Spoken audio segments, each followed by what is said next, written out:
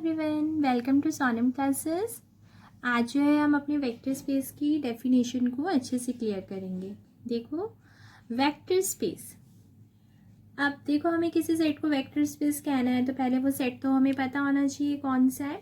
तो हमने वी क्या ले लिया, कोई भी नॉन एम्प्टी सेट, ठीक है, मतलब एम्प्टी नहीं होना चाहिए वो।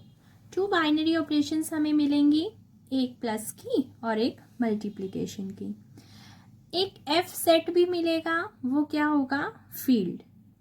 अब एक बार फील्ड को देख लें भाई, फील्ड क्या होता है, ताकि हम अपनी जब वेक्टर स्पेस की डेफिनेशन को करें तो हमें अच्छे से क्लियर हो जाए। देखो फील्ड के बारे में, फील्ड कहता है भाई अगर किसी को फील्ड बनना है किसी सेट को, सबसे पहले तो वो नॉन एम्प्टी सेट होना चाहिए। ये भी कहता है कि टू ऑपरेशंस चाहिए, एक प्लस की और एक मल्टीप्लिकेशन की। इस एफ सेट को हम फील्ड तभी कहेंगे if it satisfies the following properties. अब वो प्रॉपर्टीज क्या है, ध्यान से देखो। अंडर एडिशन 5 प्रॉपर्टीज कहता है सेटिस्फाई होनी चाहिए, closure, associative, identity, inverse and commutative. मतलब आपको जो प्लस का ऑपरेशन मिला हुआ है उसकी पांचों प्रॉपर्टी सेटिस्फाई होनी चाहिए। अंडर मल्टीप्लिकेशन कहते हैं इसकी भी पांचों सेटिस्फाई होनी चाहिए, क्लोजर, एसोसिएटिव, आइडेंटिटी, इनवर्स और कॉम्यूटेटिव। और डिस्ट्रीब्यूटिव की एक प्रॉपर्टी सेटिस्फाई, जो आपको मैंने बता ही रखा है। अगर आपको डिटेल में जानना है कि closure property, associative property, identity, inverse, commutative क्या है, तो मैं इसका लिंक डिस्क्रिप्शन बॉक्स में डाल दूंगी, आप जो है वहाँ से देख सकते हैं। अच्छे से डिटेल में बता रखा है। वीडियो का नेम है fundamental properties of binary operations. अब हम अपना कंटिन्यू करते हैं वेक्टर स्पेस की ओर। देखो क्या है, वेक्टर स्पेस में हमें फील्ड चाहिए था, फील्ड के बारे में हमने पढ़ लिया। तो अब हमें पता चल गया कि इस एफ फील्ड के पास पूरी की पूरी 11 प्रॉपर्टीज हैं, 5 एडिशन की, 5 मल्टीप्लिकेशन की और एक डिस्ट्रीब्यूटिव। और वी ये कोई नॉन एम्प्टी सेट है। वी को हम वेक्टर स्पेस कहेंगे over field F if it satisfy the following properties. अब इसको क्या क्या प्रॉपर्टीज चाहिए वो देखो।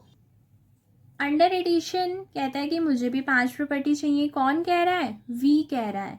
कह रहा है अंडर एडिशन 5 प्रॉपर्टीज चाहिए वी के अंदर। क्लोजर, ठीक है, एसोसिएटिव, आइडेंटिटी, इनवर्स, कॉम्यूटेटिव। यानी कि वी सेट को अंडर एडिशन ऑपरेशन 5 प्रॉपर्टी चाहिए। तो हमारी ये पांचों सेटिस्फाई होगी। तो और देखते हैं क्या क्या चाहिए। अंडर स्केलर मल्टीप्लिकेशन, ध्यान से देखना, अंडर स्केलर मल्टीप्लिकेशन, इसका मतलब फोकस किस पर आ रहा है, स्केलर पर, और मल्टीप्लिकेशन पर, यानी कि ऑपरेशन लेनी है मल्टीप्लिकेशन की, लेकिन हेल्प किसकी लेनी है, स्केलर की। अच्छा एक चीज और देखो, ये हमारा वी सेट है और ये हमारा एफ सेट है। वी सेट के एलिमेंट्स को वेक्टर्स कॉल करते हैं, एफ सेट के एलिमेंट को स्केलर्स कॉल करते हैं। तो अभी हम जब स्केलर के बारे में पढ़ रहे थे तो हमें पता तो होना चाहिए ना स्केलर आएगा कहाँ से। उसका कहने का मतलब ये है स्केलर का कि एलिमेंट मल्टीप्लाई करते वक्त आपने कहाँ से लेना है, एफ से लेना है।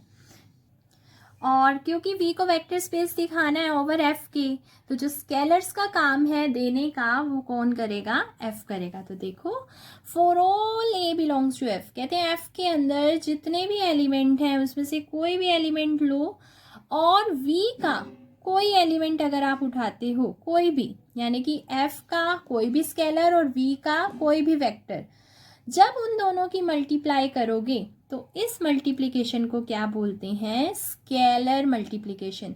तो कहते हैं उन दोनों की मल्टीप्लाई करके आंसर किस में जाना चाहिए, वी में। एक तरह से पता है कि एक क्लोजर से मैच होती है।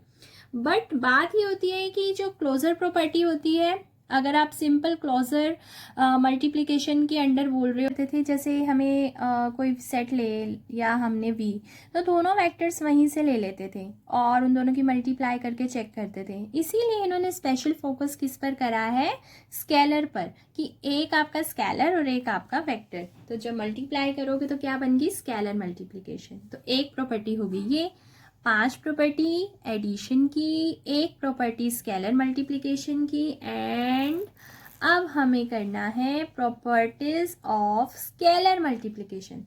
ये तो खुद की प्रॉपर्टी थी ऊपर वाली, अब स्केलर मल्टीप्लिकेशन की भी प्रॉपर्टीज हैं। 4 प्रॉपर्टी हैं, देखो क्या क्या है। फर्स्ट वन इज ए आपका हो गया स्केलर u और v। मतलब हम पता क्या करेंगे, जैसे कि v सेट के एलिमेंट ऐसे ले लेंगे u v w टाइप के, और f सेट के एलिमेंट को रिप्रेजेंट करने के लिए a b c, ठीक है, नोटेशन के लिए। तो स्केलर मल्टीप्लिकेशन की प्रॉपर्टी क्या कहती है कि एक एलिमेंट ले लिया आपने, फॉर ऑल है मतलब कोई भी चूज करते हो, और v के हमने 2 एलिमेंट्स ले लिए। a की u प्लस v से जब आप मल्टीप्लाई करो तो वो डिस्ट्रीब्यूट हो जाएगा a की u के साथ और a की v के साथ, है तो स्केलर मल्टीप्लिकेशन ही ना। अब दूसरे में देखो, ऊपर क्या था, एक स्केलर 2 वेक्टर्स, अब नीचे देखो 2 स्केलर्स 1 वेक्टर, पर मल्टीप्लाई स्केलर वाली होनी चाहिए। तो देखो a plus B into U क्या बन गया, a into U plus B into U, वही फॉर ऑल का काम है। अगला 2 स्केलर 1 वेक्टर, पर अब ध्यान से देखना इस वाली प्रॉपर्टी में ऐसा क्या है, a और b ब्रैकेट इधर थी और यहाँ पर आते आते ब्रैकेट किस पर होगी, लास्ट पर। तो मतलब एक बार फर्स्ट रूपी ब्रैकेट, एक बार लास्ट रूपी bracket, and last one is 1 into U is equal to U. अब ये दिखने में पता है ऐसी प्रॉपर्टी लग रही है भाई 1 की तो u से करेंगे तो u ही आएगा। कई बार यही प्रॉपर्टी किसी वेक्टर स्पेस को चेक करते वक्त फेल हो जाती है, तो ध्यान देना 1 इंटू यू, 1 आपका स्केलर से आ रहा है, स्केलर कौन कहाँ से आ रहे हैं, f से, और f यानी कि फील्ड के अंदर 1 कौन होता है, मल्टीप्लिकेटिव आइडेंटिटी, और 1 की u से मल्टीप्लाई करेंगे तो आंसर u, और ये तो यानी कि हमने पढ़ लिया 5 प्रॉपर्टी एडिशन की, 1 प्रॉपर्टी स्केलर मल्टीप्लिकेशन की, और 4 प्रॉपर्टीज ऑफ स्केलर मल्टीप्लिकेशन की। अगर ये सारी प्रॉपर्टी सेटिस्फाई कर जाती हैं तो हम अपने v को क्या कहेंगे, वेक्टर स्पेस ओवर f, और इसे लिखेंगे कैसे, v ओवर f। बाय।